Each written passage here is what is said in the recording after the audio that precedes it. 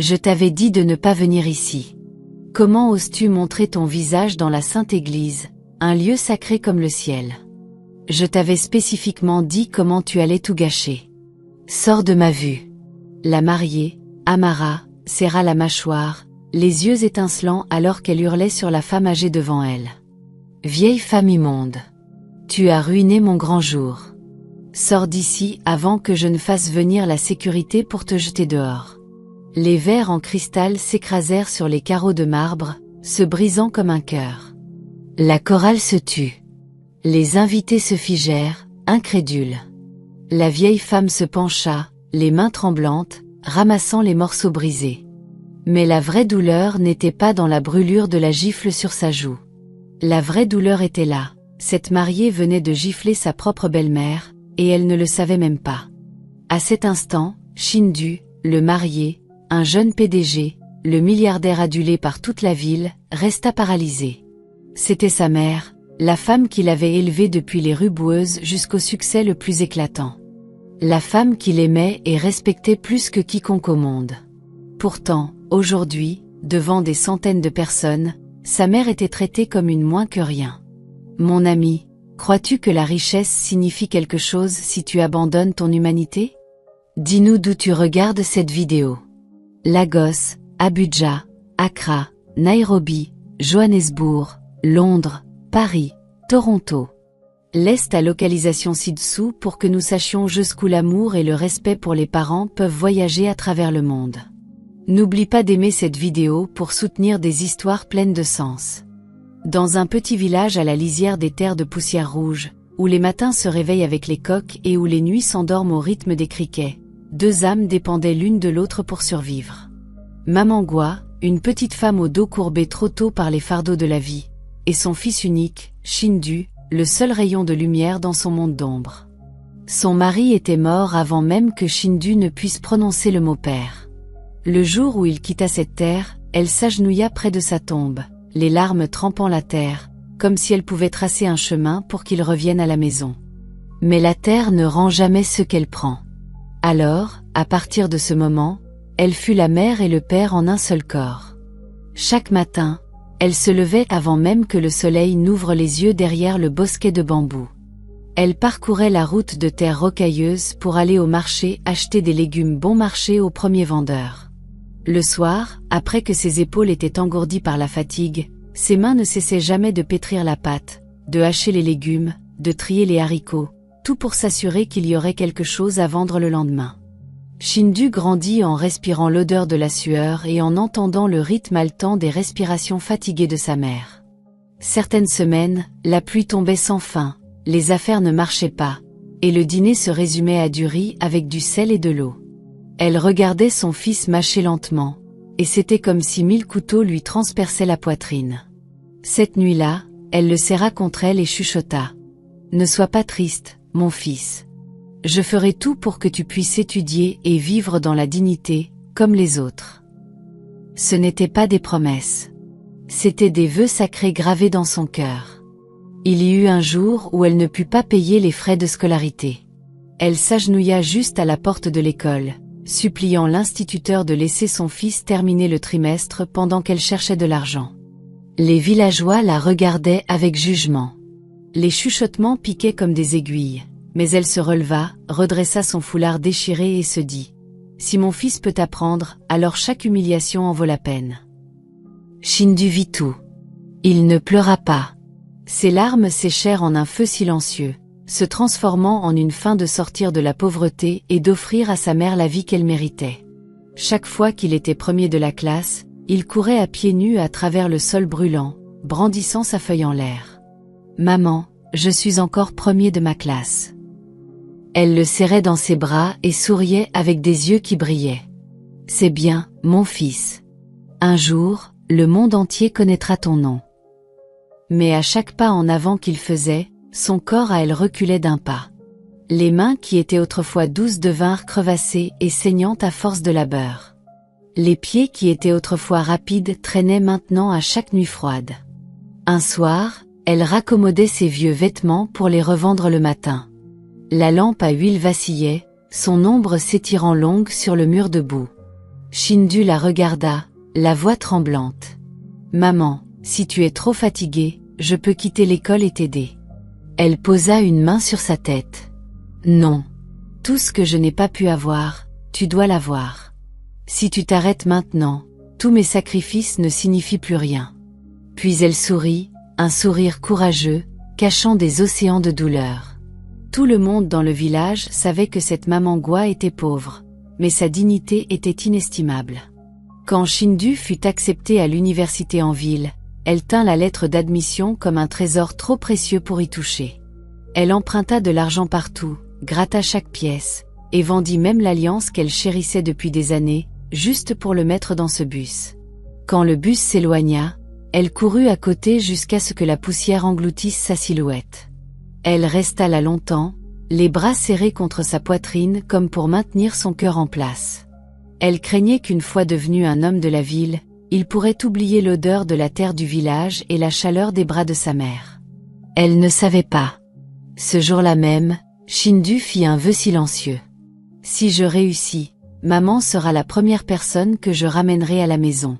Si je deviens riche, ses mains ne saigneront plus jamais.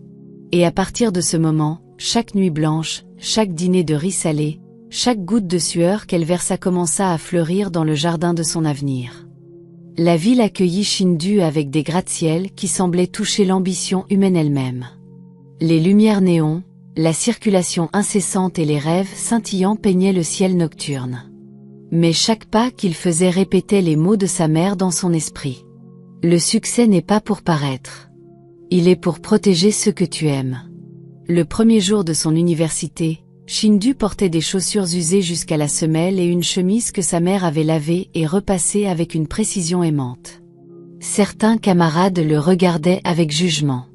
D'autres riaient doucement dans son dos, le garçon du village. Mais il serra plus fort son sac à dos bon marché et continua de marcher. Il n'était pas là pour être beau. Il était là pour vaincre le destin. Il étudia jour et nuit.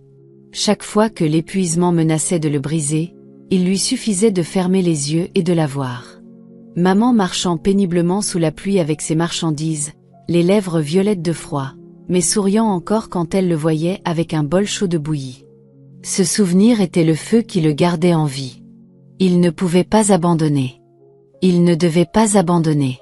Un jour, dans un cours de technologie, le professeur demanda « Si vous pouviez créer n'importe quoi pour changer des vies, que feriez-vous » Alors que d'autres rêvaient de gadgets de luxe, les pensées de Shindu dérivèrent vers quelque chose de plus personnel. Récemment, maman avait commencé à oublier des choses. Parfois, elle se perdait dans la foule du marché. Il leva la main. Je veux créer une application qui aide les personnes âgées à retrouver facilement leur chemin et à obtenir de l'aide quand elles se sentent perdues. Silence. Puis le professeur hocha lentement la tête.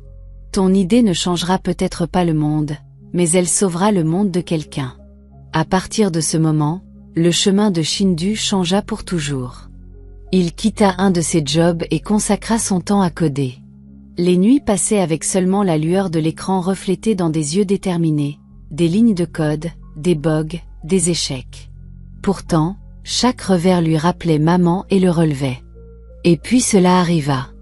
Son application fut lancée et eut un succès foudroyant. Des millions de téléchargements, des articles de presse partout, des investisseurs faisant la queue pour le financer. Le garçon qui mangeait autrefois du riz avec du sel devint le plus jeune milliardaire de la tech du pays. Lors d'une cérémonie de remise de prix, sous les applaudissements tonitruants et les flashs des caméras, l'animateur demanda « D'où vous est venue votre inspiration ?» Shindu sourit, la voix serrée par l'émotion. « De ma mère, la femme qui trouvait toujours un moyen de me ramener à la maison, même quand la vie essayait de me faire perdre mon chemin. » Des applaudissements tonitruants secouèrent la salle, mais ses yeux se dirigèrent vers le fond de la scène où une chaise vide lui serra le cœur. Maman n'était toujours au courant de rien. Elle était encore au village, vendant des légumes pour rembourser les dernières dettes de ses études. Quelques jours plus tard, quand il descendit du bus dans un costume modeste et des yeux brillants, maman Gwa cligna des yeux, croyant voir un fantôme. « Est-ce que c'est vraiment mon fils ?» Shindu l'étreignit fort, les larmes tachant ses épaules fragiles. Maman, à partir de maintenant, je serai tes pieds. Personne ne te regardera plus jamais de haut. Il l'emmena en ville, dans le grand manoir qu'il venait d'acheter. Les gens étaient stupéfaits de voir un milliardaire escortant fièrement sa mère humble, avec son foulard fané et son dos courbé. Mais Shindu ne ressentait que de la fierté, car il savait que sans elle, il n'y aurait pas eu de lui. Pendant leur premier repas chic, elle avait du mal avec les couverts et il l'aidait doucement à couper sa nourriture. Quand les femmes de ménage proposaient de l'aide, elle agitait les mains. « J'aime faire les choses moi-même. Comme ça, je me sens encore vivante. » Shindu comprenait. Pour lui, rien de ce que faisait sa mère n'était jamais insignifiant. Et puis, pendant ces jours paisibles et parfaits, l'amour arriva. Shindu rencontra Amara, belle, élégante, avec un sourire qui pouvait retourner toutes les têtes dans une pièce. Il crut qu'elle était la récompense de la vie pour ses souffrances. Mais il y avait quelque chose qu'il ne voyait pas. Le regard qu'elle portait à sa mère n'avait rien à voir avec celui qu'elle lui adressait à lui, et il ne savait pas qu'une tempête approchait. « Restez avec nous. Regardez jusqu'à la fin pour voir si cette histoire se termine par des larmes de joie ou de regret. Car dans cette vie, chaque gifle est rendue par une leçon qui fait bien plus mal. » Dès le jour où Maman Gwa mit le pied en ville, sa vie sembla tourner une page entièrement nouvelle. Pourtant, même à l'intérieur d'un manoir assez grand pour avaler son petit trou de village, elle se réveillait encore avant que le soleil n'ait eu une chance de se lever. Elle attachait son foulard familier, descendait à la cuisine et aidait à préparer le petit déjeuner. Ses mains, qui autrefois façonnaient la bouillie et les légumes bon marché, assaisonnaient maintenant des repas dignes d'un milliardaire qu'elle avait élevé, sans jamais le laisser manquer un seul repas. Au début, le personnel était perplexe, mais il finit par l'admirer. Personne ne comprenait pourquoi la mère d'un milliardaire tenait à faire les choses elle-même.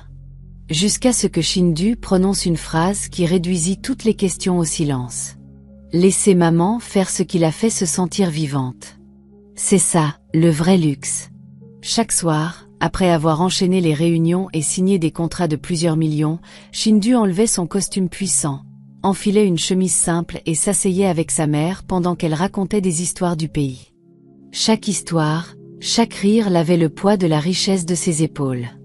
Un soir, maman se tenait sur le balcon, regardant les lumières scintillantes de la ville en contrebas, qui clignotaient comme des étoiles perdues. « Les lumières ici sont belles », chuchota-t-elle. « Mais elles ne sont pas aussi chaleureuses que la lampe à huile de la maison où tu as grandi. » Shindu passa un bras autour d'elle. « Là où tu es. C'est là que sera toujours ma maison. » Mais dans ces jours tendres et paisibles, une petite fissure se forma tranquillement. Amara entra dans leur vie comme une publicité parfaite, robe de créateur, parfum cher et un sourire qui pouvait arrêter les conversations. Dès leur première rencontre, Shindu fut captivé, comme un papillon brûlant ses ailes sur une flamme de bougie. Il ne savait pas que sous le glamour se cachaient des angles tranchants. Avec lui, Amara était un ange. J'admire à quel point tu es dévoué à ta mère. Tu es le genre d'homme dont toutes les femmes rêvent. Mais quand elle était seule avec le personnel, ou quand elle passait près de Maman Gwa, ses yeux devenaient froids. La présence humble de maman l'irritait. Elle avait un jour chuchoté à une amie, un milliardaire avec une mère comme ça. Quelle honte! Shindu n'entendit jamais cela. Il était trop occupé à être amoureux de son destin. Un après-midi, le personnel préparait une grande réception d'affaires. Une femme de chambre fit accidentellement tomber un carafe de vin. Amara explosa. « Tu as une idée de ce que ça coûte? Espèce d'idiote inutile, tu ne sais que ruiner les choses. » Maman Gwa se précipita hors de la cuisine, s'agenouillant pour ramasser les morceaux brisés. Un éclat lui coupa la paume, le sang perla. Amara remarqua mais s'en moqua. Maman parla doucement. « Laisse-moi m'en occuper. Ce n'était qu'une erreur. Ne crie pas sur ses enfants. » Amara se tourna vivement vers elle. « Ne te mêle pas de mes affaires. Dans cette maison, c'est moi qui sais ce qui est le mieux. » Shindu entra juste à ce moment-là. Il vit le sang sur la main de sa mère et se précipita immédiatement vers elle. « Maman, tu es blessée? Assieds-toi. Je vais appeler le docteur. » Maman cacha rapidement sa main, dissimulant la blessure. Comme elle cachait sa peine. Ça va. Ce n'est qu'une égratignure. N'en fais pas toute une histoire. Amara se figea un instant, puis força un sourire, prétendant que rien ne s'était passé. Mais à l'intérieur de Maman Gua, une peur tranquille commença à grandir. Ce sourire, trop faux, trop coupant, trop semblable au sourire de ceux qui autrefois méprisaient sa pauvreté. Dans les jours qui suivirent, elle garda ses distances. Elle ne voulait pas perturber le bonheur de son fils. Shindu, rayonnant de la joie de son premier amour, ne remarqua pas son malaise grandissant. Le mariage fut planifié comme l'événement de l'année, une robe sur mesure de Paris, une salle de mariage dorée, des invités issus de l'élite, les gens chuchotaient. Un mariage de conte de fées, une vie rendue parfaite. Pourtant, au milieu de tout ce luxe, Maman Gua tâtonnait avec les mêmes mains qui avaient autrefois porté un monde entier. Elle se demandait silencieusement. Est-ce que mon fils gardera son cœur reconnaissant dans ce monde aveuglant de richesse? Elle ne savait pas que la réponse viendrait le plus beau jour de sa vie, et qu'elle détruirait sa fierté, briserait son cœur, le tout avec une seule gifle qui résonnerait à travers leur lignée. Le mariage de Shindu et Amara fut salué comme l'événement de l'année. Les journalistes affluèrent sur les lieux et des figures puissantes des mondes de la finance et de la politique remplirent les sièges. L'hôtel accueillant la réception scintillait comme un palais royal tout droit sorti d'un conte de fées, des lustres en cristal illuminant le plafond, des fleurs françaises importées bordant l'escalier menant à l'entrée de l'église, et une chorale chantant des mélodies si riches qu'elle sentait la fortune. La mariée, Amara, émergea comme une déesse peinte à la perfection. Chaque pas était calculé pour être iconique. Chaque objectif d'appareil photo était collé à elle. Son menton levé, son regard perçant et confiant, comme si le monde entier lui appartenait déjà. À l'arrière, Maman Gua regardait en silence. Elle ne portait pas de robe de créateur comme les femmes de l'élite autour d'elle. À la place, elle portait le vêtement traditionnel. Qu'elle avait cousu elle-même, propre, net et plein d'histoire. Ses yeux pétillaient de joie, mais au fond d'elle-même, un léger tremblement. Était-ce de bonheur ou quelque chose qu'elle ne pouvait pas encore nommer? Shindu apparut peu après, vêtu d'un smoking blanc éclatant. Ses yeux s'illuminèrent dès qu'il vit sa mère. Il se précipita pour l'étreindre fort. « Maman, tu es magnifique aujourd'hui. Tu dois beaucoup sourire. » Elle voulut répondre, mais la fierté lui obstrua la gorge. Son petit garçon, celui qui portait autrefois des tongs déchirés, se tenait maintenant au centre même de la gloire. La lumière du soleil filtrait à travers l'église, bénissant tout d'une perfection dorée. On aurait dit un jour prédestiné, un jour où l'amour brillerait de son plus vif éclat. Mais le destin aime tordre la perfection, avec quelque chose de petit dans les coulisses. Le personnel était en sous-effectif, le chaos bouillonnant sous le luxe. Voyant cela, Maman Gua fit ce qu'elle avait fait toute sa vie. « Laissez-moi aider, il faut que tout soit prêt à l'heure. » Personne n'osa refuser. Elle était, après tout, la mère du marié. Ils admiraient son humilité, si différente de l'arrogance qui flottait souvent dans des maisons comme celle-ci. Elle enfila un simple uniforme de service noir, couvrant sa tenue traditionnelle, juste pour s'assurer que tout paraîtrait fluide et coordonné. Elle voulait seulement que le mariage de son fils soit parfait. Mais parfois, la gentillesse nous mène droit au bord de la tragédie. Amara se tenait fièrement à l'autel, un sourire victorieux sur ses lèvres. Elle ne remarqua pas sa belle-mère dans le coin éloigné de la salle, portant un plateau de verre en cristal pour les invités VIP. Le pied de Maman Gua accrocha légèrement l'épais tapis. Le plateau pencha, quelques gouttes éclaboussèrent la robe de mariée immaculée d'Amara. Une petite erreur. Pourtant, pour quelqu'un qui valorisait les apparences plus que la moralité, c'était un péché impardonnable. Elle se retourna brusquement, les yeux pleins de feu. À cet instant, toutes les douces paroles qu'elle utilisait pour séduire Shindu se dissolvèrent en cendres. « Qu'est-ce que tu crois faire? Tu as une idée du prix de cette robe ?» Maman Gua n'eut même pas le temps de finir ses excuses avant que la main de la mariée ne traverse son visage. Gifle. Le son frappa l'air, réduisant la chorale au silence en pleine note.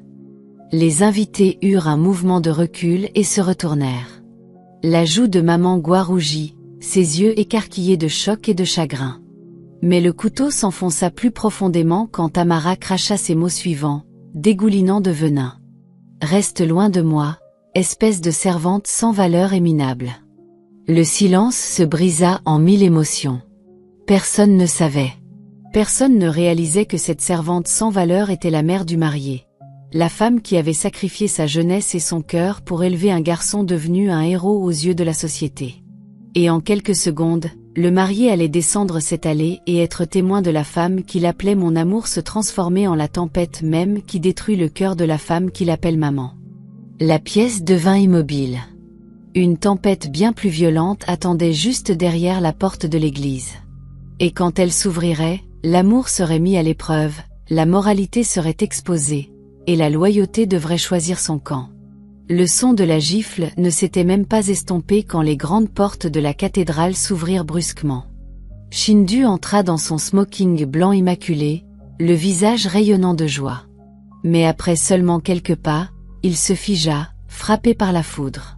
Juste devant lui, sa mère, la femme qu'il chérissait depuis toute sa vie, s'effondrait sur le sol en marbre, la main tremblante contre la marque rouge brûlante sur sa joue.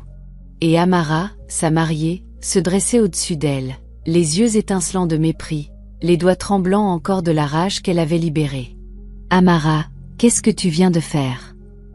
Sa voix se brisa, comme si sa gorge avait été étranglée par l'horreur elle-même. Amara se tourna, le visage décoloré quand elle réalisa qui regardait. Mais en quelques secondes, elle se redressa, l'arrogance revenant instantanément. « Elle a taché ma robe. Cette robe coûte des centaines de milliers de dollars. » Elle, Shindu répéta, sa voix devenant aussi sombre qu'un puits de minuit. « Tu as appelé ma mère. » Elle. Toute l'église frémit. Les chuchotements s'embrasèrent comme un feu de brousse. Amara balbutia, cherchant autour d'elle quelqu'un, n'importe qui, pour être d'accord avec elle. « Je croyais que c'était juste une servante. » Mais cette excuse ne fit que briser davantage le cœur de Shindu. Il se précipita aux côtés de sa mère. « Maman, tu es blessée ? Maman ?»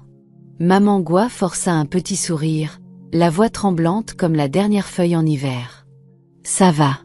C'est juste un malentendu. Ne fais pas de scène. » Mais son pardon poignarda plus profondément qu'un couteau. Shindu se leva. Ses yeux se verrouillèrent sur Amara, assez tranchant pour faire couler le sang. « Tu as giflé ma mère le jour de ton mariage. Est-ce que tu sais au moins qui elle est ? » « Je ne savais pas, exactement. » La voix de Shindu tonna. « Parce que tu ne t'es jamais assez soucié de le découvrir. » Des centaines de yeux se tournèrent vers Amara, non plus d'admiration, mais de dégoût. La voix d'un invité s'éleva. « J'ai tout enregistré.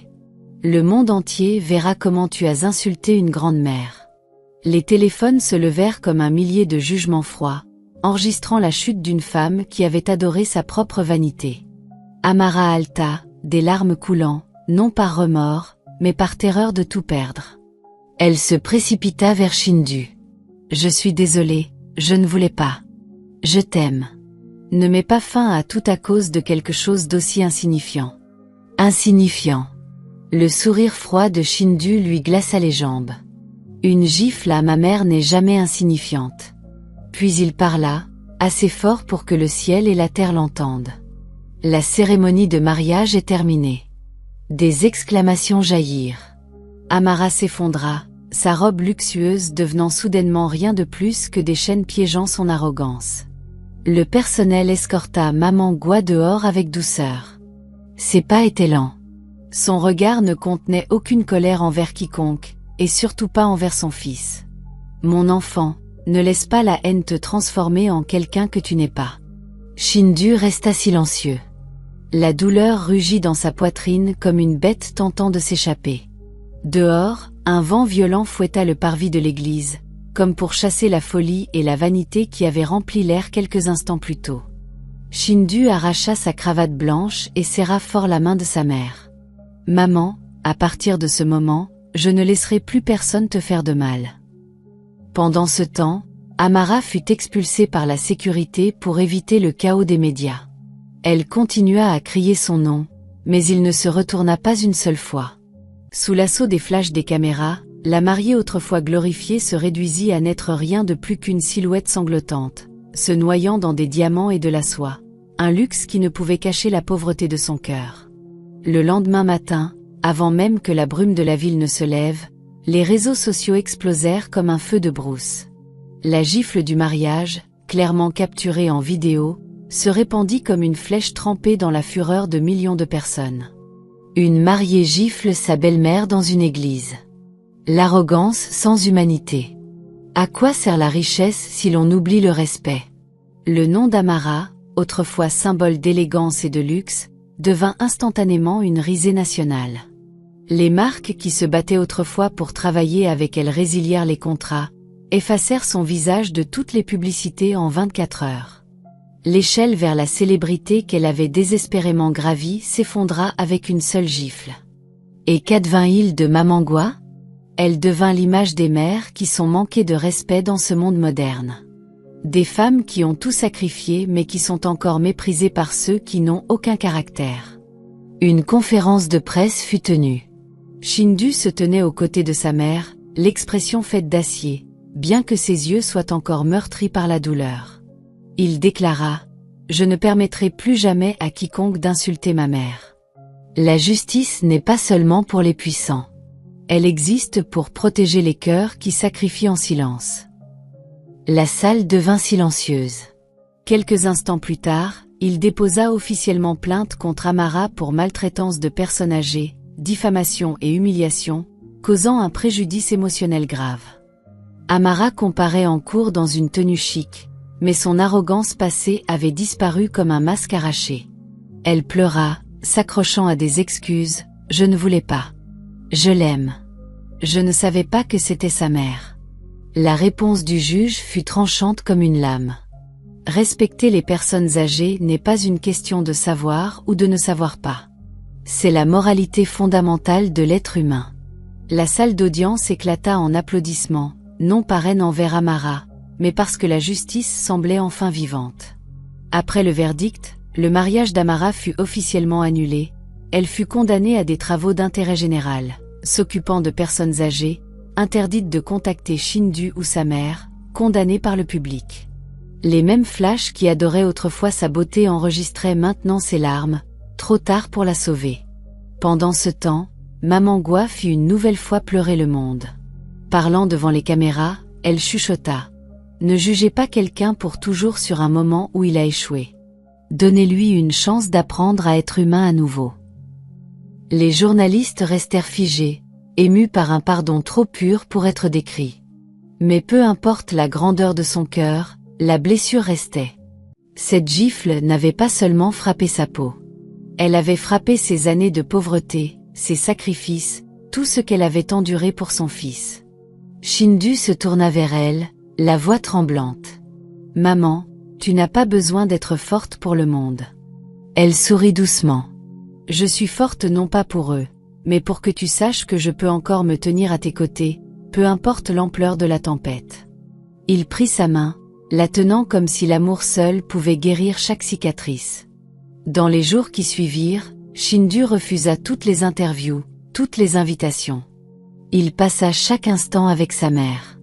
Il se promenait sous les lampadaires chaleureux chaque soir, riche non pas en argent, mais l'un en l'autre. Un soir, maman demanda doucement : « Est-ce que tu regrettes d'avoir annulé le mariage ce jour-là ?»